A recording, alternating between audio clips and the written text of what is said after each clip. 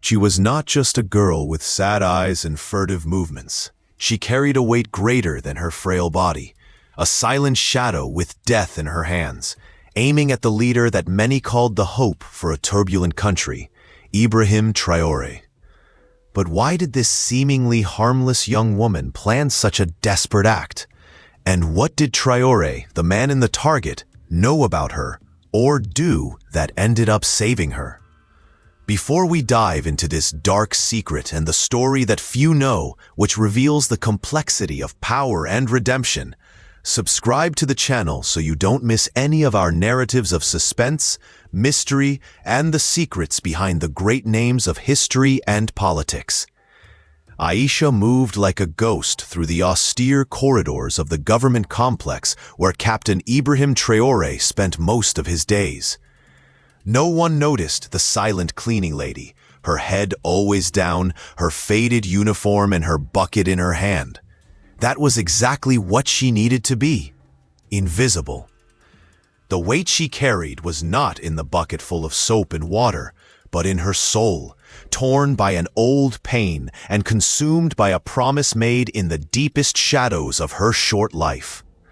Her motive was not greed or political ambition. It was something much more personal and, therefore, much darker. She had watched her village burn to the ground years ago, when she was a frightened child hiding among the ruins. Her memories were fragmented, images of smoke, screams, and the sickening smell of destruction. Her family, they had simply disappeared in the chaos.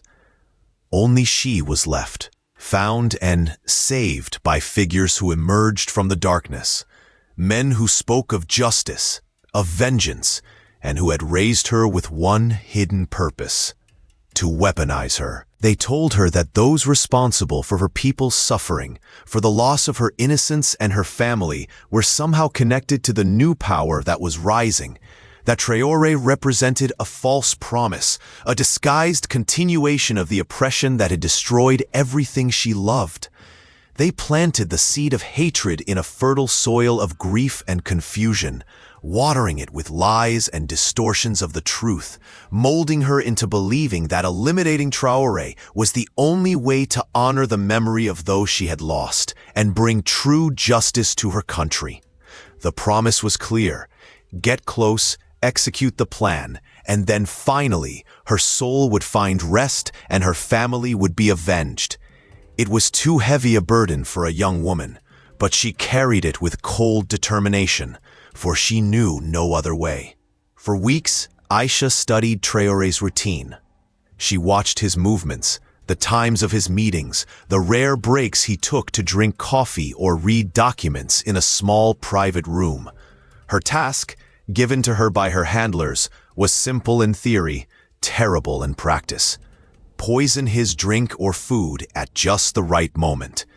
They gave her the substance, a colorless, nearly odorless liquid, powerful enough to be undetectable until it was too late.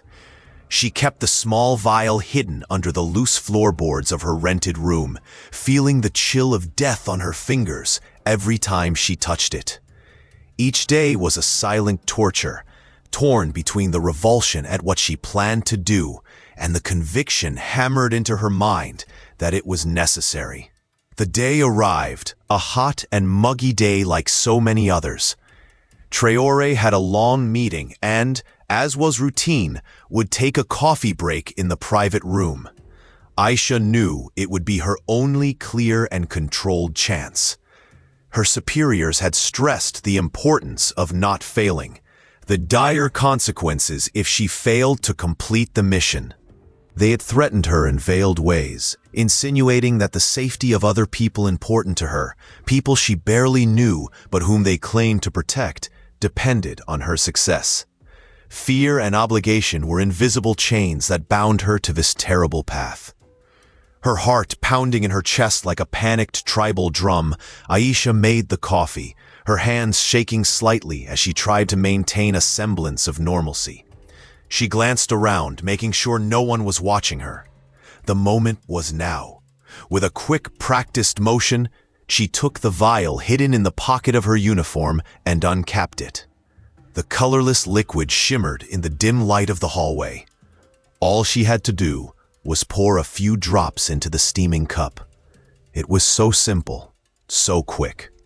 This was the end of her mission, the fulfillment of her promise, the beginning of so-called justice. But then, as her hand moved toward the cup, the door to the room opened, and Traore stepped out for a moment. He did not see her, his eyes fixed on a document, his brow furrowed in concentration. But he stopped close to her, only a few steps away, and then something unexpected happened. He did not look like the ruthless monster his handlers had described him as. He looked tired, weighed down by the weight of his responsibilities.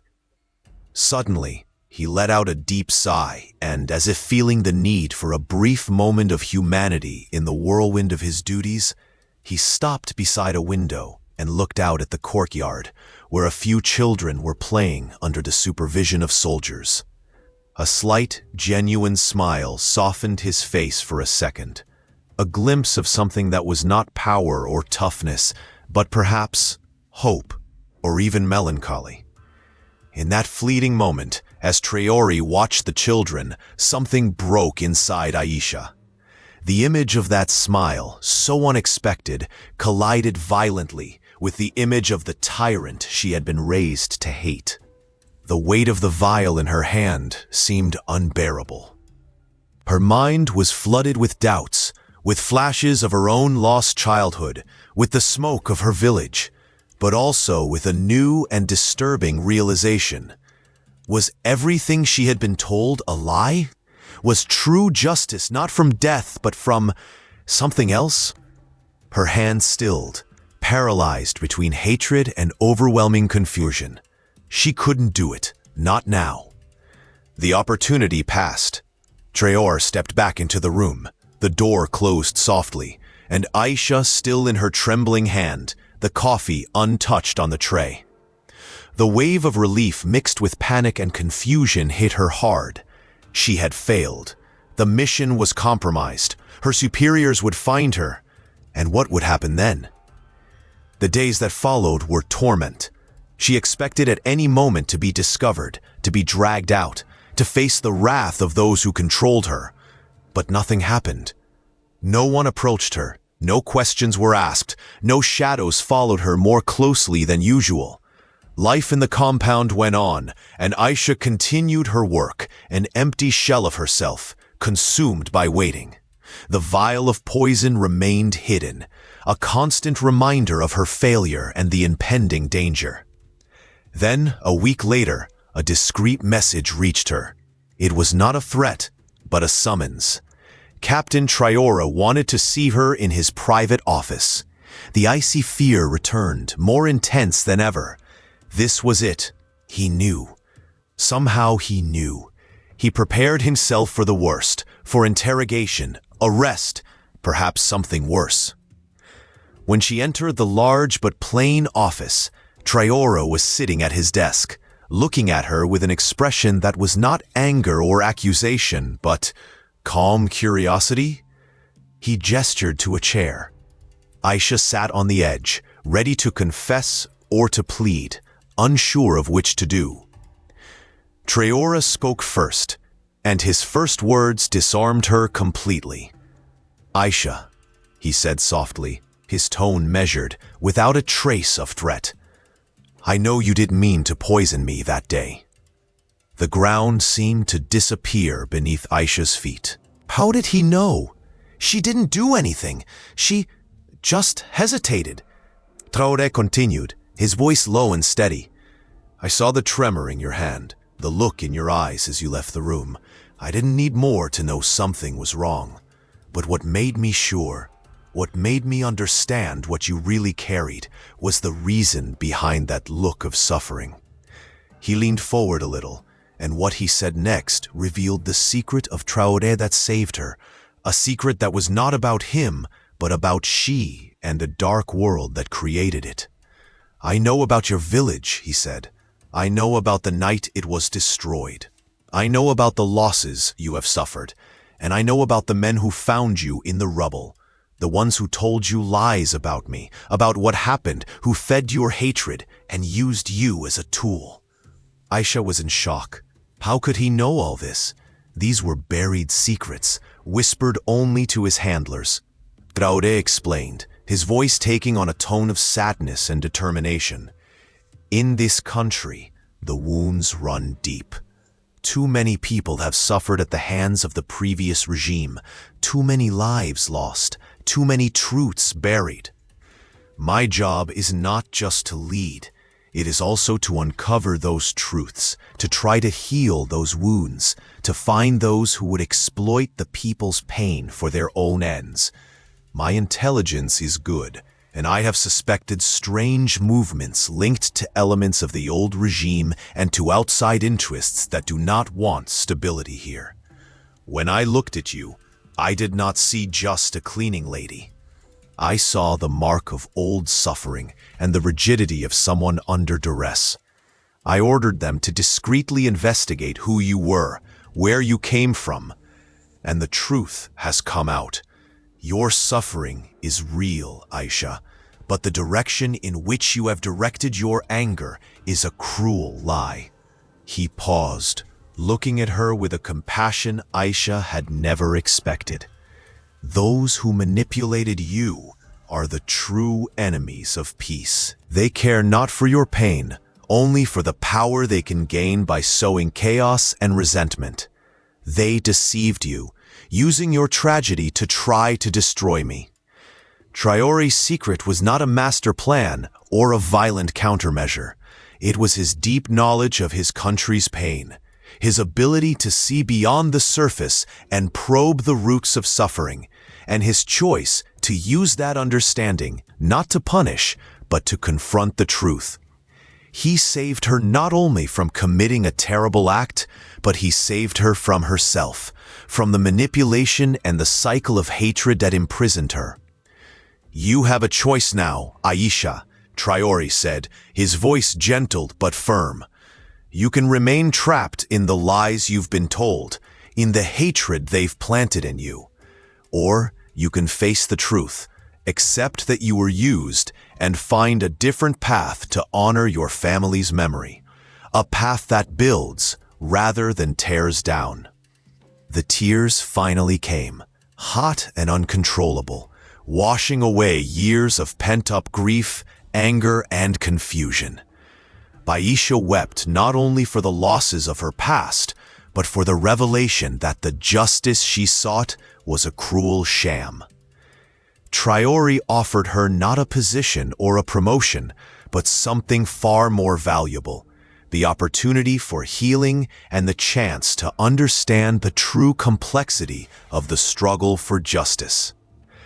He provided support, not as a prisoner, but as someone who needed to find her feet after years of trauma and manipulation. He connected her with people working on reconciliation and supporting victims of past conflicts, allowing her to find her own path to processing her pain and understanding the truth. Aisha never became Traoré's bodyguard or right-hand woman in the literal sense, as in some fictional narratives.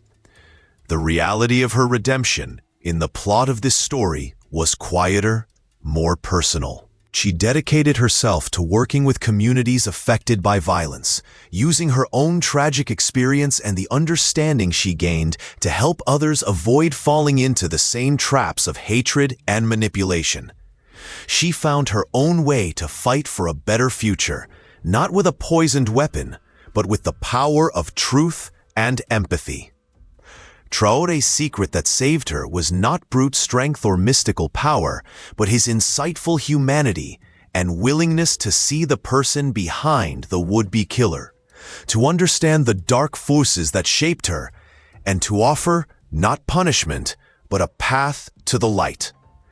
The girl who planned to assassinate Ibrahim Traoré, driven by a dark and manipulative motive, was saved by the complexity of the truth and the surprising compassion of the man who was her target. Her story became a quiet whisper in the corridors of power, a reminder that the most important battles are not always fought with weapons, but in the hearts and minds of people. Did this intriguing story keep you hooked from start to finish? If you enjoy immersing yourself in suspenseful, mysterious, and unexpected twists and turns about powerful figures and the secrets surrounding them, then this is the channel for you. Subscribe now so you don't miss any stories. Leave your like if this narrative surprised you. And comment below, what did you find most shocking about this story? Your opinion is very important to us. Share this video with friends who also love good suspense stories. Thanks for watching, and until the next story.